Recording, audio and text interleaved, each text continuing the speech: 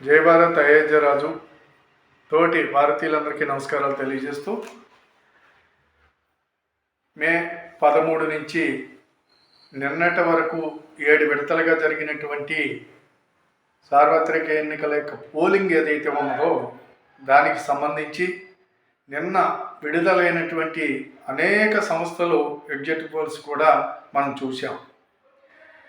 అన్ని ఎగ్జిట్ పోల్స్లోని కూడా భారతీయ జనతా పార్టీకి మళ్ళీ పట్టం కట్టి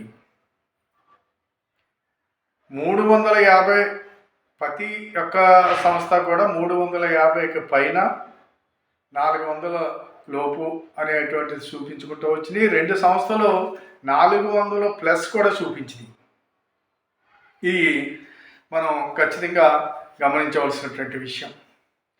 దేశవ్యాప్తంగా చూసినట్లయితే కనుక ఏదైతే ఈనాడు మన ప్రధానమంత్రి అయినటువంటి నరేంద్ర మోదీ గారు 400 సీట్ల యొక్క 400 సీట్లు ఇవ్వండి, నాకు ఈ దేశంలో ఇంకా అనేకమైనటువంటి కఠినమైనటువంటి నిర్ణయాలు తీసుకోవాల్సిన అవసరం ఉన్నది, దానికి నాకు 400 సీట్లు మీరు ఇవ్వాలి అని చెప్పేసి దేశ ప్రధానమంత్రి ప్రజల ముందుకు వెళ్ళటం జరిగింది.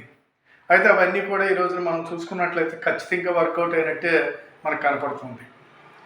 ఇక్కడ ఏవైతే మనం చూసుకున్నట్లయితే ఇప్పుడు ఓట్ల శాతాన్ని దేశవ్యాప్తంగా చూసుకున్నట్లయితే కనుక ఇప్పుడు ఒక 30 నుంచి 50-60 సంవత్సరాల వయసు ఉన్న వాళ్ళందరినీ చూసినట్లయితే కనుక ఈ పెద్ద వయసు వాళ్ళని చూసినట్లయితే కనుక 45% మంది భారతీయ జనతా పార్టీకి ఓటు చేయటం జరిగింది. అలాగే యువకులు వచ్చేటప్పటికి 48% ఓటు చేయటం జరిగింది భారతీయ జనతా పార్టీకి. అలాగే ముస్లింలు వచ్చేటప్పటికి 28% ఓటు చేయటం జరిగింది భారతీయ జనతా పార్టీకి. 72% ఇక్కడ కాంగ్రెస్కు ఓటు చేయటం అనేది జరిగింది ముస్లిం కమ్యూనిటీ నుంచి. ఇకపోతే ఇక మహిళలు చూసుకున్నట్లయితే మహిళల్ని చూసుకున్నట్లయితే కనుక 49% భారతీయ జనతా పార్టీకి ఓటు చేయటం జరిగింది. ఓబీసీలు లెక్కల్లో చూసుకున్నట్లయితే కనుక 59% భారతీయ జనతా పార్టీకి ఓటు చేయటం జరిగింది. ఇవన్నీ చూసుకున్నట్లయితే ఈనాడు దేశవ్యాప్తంగా చూసుకున్నట్లయితే కనుక భారతీయ జనతా పార్టీకి 45% ఓట్లతోటి ఈనాడు 350 పైబడి 350 ప్లస్ 400 మధ్యలో పార్లమెంటు స్థానాలు గెలవబోతున్నది అనేది అన్ని సర్వే సంస్థల్లో కూడా బల్లగుద్ది చెబుతున్నాయి. ఇది ఉన్నటువంటి పరిస్థితి. దీని అంతటికీ కారణం ఏమిటయ్యా అంటే ఈనాడు ఓటరు చాలా బాగా ఆలోచన చేస్తున్నాడు అనేది ఇక్కడ మనం గమనించుకోవాలి. దేశ భద్రత, దేశ అభివృద్ధి, ఇలాగ అనేక రకాల విషయాల్లో దేశంలో ఒక అవినీతి మరకంటూ లేకుండా పరిపాలన చేసేటువంటి వ్యక్తులు వీళ్ళందరినీ చూసుకున్నట్లయితే కనుక కాంగ్రెస్ వాళ్ళు ఈనాడు దేశవ్యాప్తంగా ఎన్ని పథకాలు 2 లక్షల రూపాయలు రుణమాఫీ అన్నారు, అదే ఏవేవో పథకాలు, ఉచిత పథకాలు అవి ఇవి కూడా లెక్కలేనన్నటువంటి 120-130 ప్రకటించారు. వీళ్ళు ప్రకటించి ఎలక్షన్కి వెళ్ళడం జరిగింది ఇండియా కూటమి. కానీ బొక్కబారులాగా సతికిలు పడుతుంది అనే దాని గురించి ఇంతకన్నా ఆధారాలు అవసరం లేదు. ఎందుచేతంటే మనం ఈనాడు మోదీ గారే కాదు, ఆంధ్రప్రదేశ్లో చూసుకున్నట్లయితే కనుక ఏవైతే ఉచితాలు ఉన్నాయి ఈ ఉచితాలకి వ్యతిరేకంగానే ఓటు చేయటం జరిగింది ఇక్కడ ప్రజలు. ఎందుచేత నేను చెబుతున్నానంటే ఏదైతే తెలుగుదేశం ప్రభుత్వం మేనిఫెస్టో విడుదల చేసిందో దాన్ని ఎవ్వరూ పట్టించుకోలేదు. అసలు ఆ మేనిఫెస్టో నేను ప్రజల్లో తిరిగేటప్పుడు నేను చూశాను. ఆ మేనిఫెస్టో ఏంటమ్మా ఇవన్నీ ఉన్నాయి కదా, ఉచిత బస్సు ఉంది, లేకపోతే ఉచితంగా 20,000 ఇస్తారో, లేకపోతే 2,000 ఇస్తారో, 3,000 ఇస్తారో, గ్యాస్ బండ్లు ఇస్తారని చేస్తే అవన్నీ ఎందుకంటే అవన్నీ వేస్ట్ అండి. ఇవన్నీ ఇస్తారో చస్తారో అనేది మాకు తెలియదు. కానీ రాష్ట్రం సర్వనాశనం అయిపోయింది. మళ్ళా కూటమి గెలిస్తే కనుక ఈ రాష్ట్రం బాగుపడుతుందనేటువంటి ఒకే ఒక లక్ష్యంతో మేము ఓటు చేయాలనుకుంటున్నాము అని చెప్పేసి చెప్పడం జరిగింది నాకు. నేను ఈ రకమైన సమాచారాన్ని నేను తీసుకున్నాను. అది కాబట్టి ఇక్కడ నాయకులు గుర్తించవలసింది ఏంటంటే భారతీయ జనతా పార్టీ దేశవ్యాప్తంగా ఎలాంటి ఉచితాలు అనేది ఇక్కడ ప్రకటించుకుని వెళ్ళలేదు. కాబట్టి భారతీయ జనతా పార్టీ దేశవ్యాప్తంగా ఈనాడు నేను ఏమి చేశాను, నేను ఏమి చేయబోతున్నాను అనేది దేశ యొక్క డెవలప్మెంట్ కానివ్వండి, దేశ పరిస్థితులు కానివ్వండి, ప్రపంచంలో మనకు ఉండేటువంటి స్థానం కానివ్వండి, సరిహద్దు యొక్క రక్షణ కానివ్వండి, ఎన్నటిని చూసుకుని ప్రజలు ఈ రోజునే నరేంద్ర మోదీ గారి యొక్క పాలన కావాలి మనకనేటువంటి ఒకే ఒక ఉద్దేశంతో ప్రజలు ఈ రకంగా అనేక పార్టీలు పోటీ చేసినప్పటికీ ఈ రోజుని 45% ఓటు షేరు తెచ్చుకుని 350 స్థానాలు ప్లస్లో ఈనాడు భారతీయ జనతా పార్టీ ఎన్డీఏ కూటమి అధికారంలోకి రాబోతుంది. మూడోసారి ముచ్చటగా ఈనాడు నరేంద్ర మోదీ గారు అధికారంలోకి వస్తున్నారు. ఆనాడు నెహ్రూ మార్పు దాటిందని చెప్పేసి అంటారు. నెహ్రూ ఆ రోజున అవటానికి అదంతా అబద్ధాలు ప్రజలకు అబద్ధాలు చెప్పి ఆనాడు ప్రజలు చైతన్యవంతులు లేరు.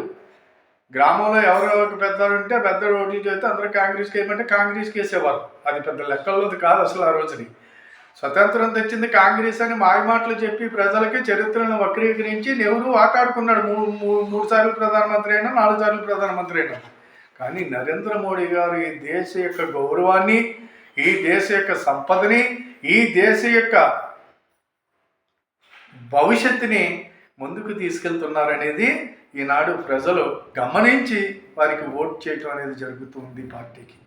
అంతే కాబట్టి ఆ రకంగా మనం ఈ రోజుని గొప్పగా దీన్ని స్వాగతించవలసినటువంటిది అవసరం ఉన్నది. అంతేకాదు తప్పనిసరిగా ఈ రోజుని చూసుకున్నట్లయితే 36 రాష్ట్రాల్లోని కూడా భారతీయ జనతా పార్టీకి ప్రతి ఒక్క రాష్ట్రంలోని కూడా బోణీ కొడుతుంది. అనేక మంది మేధావులు కాదు, మేధావులు అనేవాళ్ళు మన దేశంలో చాలామంది ఉన్నారు. వీళ్ళందరూ చెబుతారు అక్కడ ఈశాన్య రాష్ట్రాల్లో లేదు, ఇక్కడ దక్షిణాది రాష్ట్రాల్లో లేదు, అక్కడ ఆ రాష్ట్రాల్లో లేదు, ఉత్తరాదికి పరిమితం, ఉత్తరాదిని కూడా సీట్లు రావట్లేదని. వీళ్ళందరూ కూడా భారతీయ జనతా పార్టీని ఏదో రకంగా డౌన్ చేయాలని ఈ మధ్యలో జరిగినటువంటి అనేకమైనటువంటి డిబేట్లలోనే మనం చూడటం జరిగింది. ఈ చెత్త మేధావులు ఎవరైతే ఉన్నారో దేశానికి వీళ్ళు ఈ సేడ పురుగులన్నీ ఎన్నరిచినప్పటికైనా సరే వీళ్ళ యొక్క చాండాలమైనటువంటి మనస్తత్వాలు ప్రజలు గమనించాలి.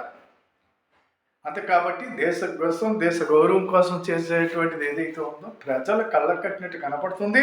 దాన్ని చూసి ఈ రోజుని భారతీయ జనతా పార్టీకి మళ్ళా ప్రజలు అఖండ మెజారిటీతోటి ఎన్డీఏ కూటమి పట్టం కడుతున్నారు. భారతీయ జనతా పార్టీకి సీట్లు తగ్గిపోతాయి, సీట్లు రాబో, 200 వస్తాయని ఒకడు, 250 వస్తాయని ఒకడు, 180 వస్తాయని ఒకడు, ఎందుకు ఎన్నెన్నో ప్రచారాలు మీ ఇష్టం వచ్చినట్టు చేశారు. ఈ దేశంలో రాజ్యాంగాన్ని మారుతారని, ఎస్సీ ఎస్టీలకు ఉన్నటువంటి రిజర్వేషన్ ఎత్తేస్తారని రకరకాల పాపుకాండ చేసుకుంటూ పోయారు. ఉత్తరప్రదేశ్లోకి వచ్చినట్లయితే కనుక ఉత్తరప్రదేశ్లో యోగి ఆదిత్యనాథ్ను మార్చేసి వేరే ఒకరిని ముఖ్యమంత్రిగా చేయటానికి అమిత్ షా మోడీ ఆలోచన చేస్తున్నారని చెప్పి అక్కడ ఉత్తరప్రదేశ్లో ఒక పాపకాండ చేయటం జరిగింది. ఆ పాపకాండ ప్రజల్లోకి బాగా తీసుకెళ్లారు వీళ్ళు. యోగి ఆదిత్యనాథ్ని ఎందుకు మారుస్తారండి? వెంటనే పార్టీ దాన్ని గమనించటం, దానికి సమాధానం చెప్పడం కూడా జరిగింది. అయితే యోగి ఆదిత్యనాథ్ కాబోయే ప్రధానమంత్రి అనే సంగతి ఇక్కడ దేశ ప్రజలు గమనిస్తున్నారు.